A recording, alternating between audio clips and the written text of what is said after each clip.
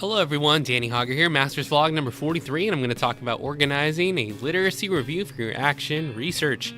I am a student earning my Master's of Arts degree online from San Diego Christian College, and this is sponsored content, but all the thoughts and opinions and processes are my own as I go through the experience to learning. So this morning, I was trying to figure out how can I get ahead and stay ahead in my master's program. I've been consistently 3 to 4 weeks ahead of schedule and then stopping back in to discuss with my classmates as they reach the thresholds and conversations of each week.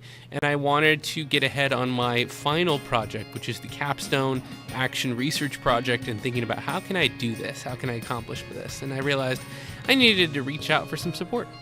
So I did that. I wrote to my professor yesterday and I wanted to inquire about ways to get ahead in the program, as you can see here in my notes. And here's what I got back. Generally, you have 3 themes where you report on research related to your project. Each theme should be approximately 3 pages. There is a format for the final report. She pledged to get that to me shortly. And getting the lit review done would be huge. So that's the track that I started out with this morning. Here is the literature review, and one of the things that I thought I needed to do before I began writing and composing and synthesizing, because I had already annotated 40 plus academic sources, was to organize.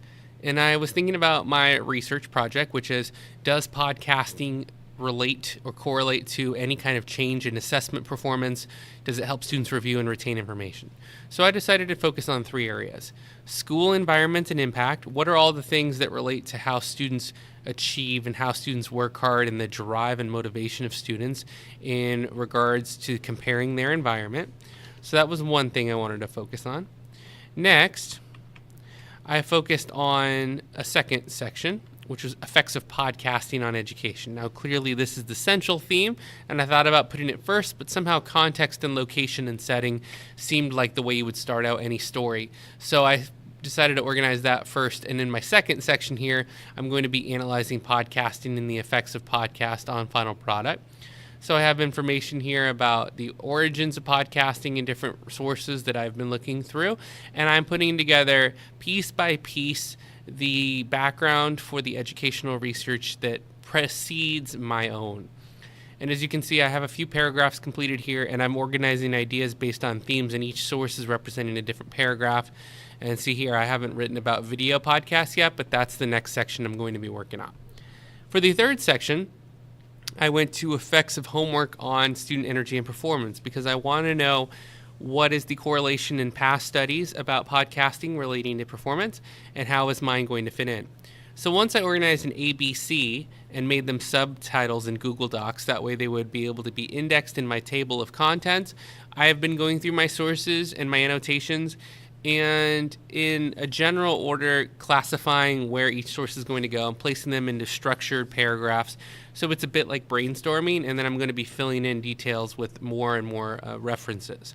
And that's how I was able to, in the last 2 hours from right now, break down what my literacy review is going. And from this morning where I had nothing, I have from page 12 to page 16. So I've got a 4-page jump on what will probably be close to 10 pages. And I was able to do that in about 2 hours after I finished grading for my own high school students. So as you can see, organizing is probably a big step. So put your action research into components, in categories, then start filling in categories. And it breaks down a 10-page task into smaller, more manageable pieces. I hope that's very helpful for you, because honestly, it's been helpful for me this morning, and hopefully that this process is getting you insights into what it's like being a master's degree student at San Diego Christian College. For more information, you can visit sdcc.edu. It's been a pleasure to document all the process. You can ask me questions in the comment section. I check them back weekly. And you can also listen to my show, Inspiring Teachers, on iTunes or YouTube to see me interview outstanding educators from around the country and explore the why of teaching.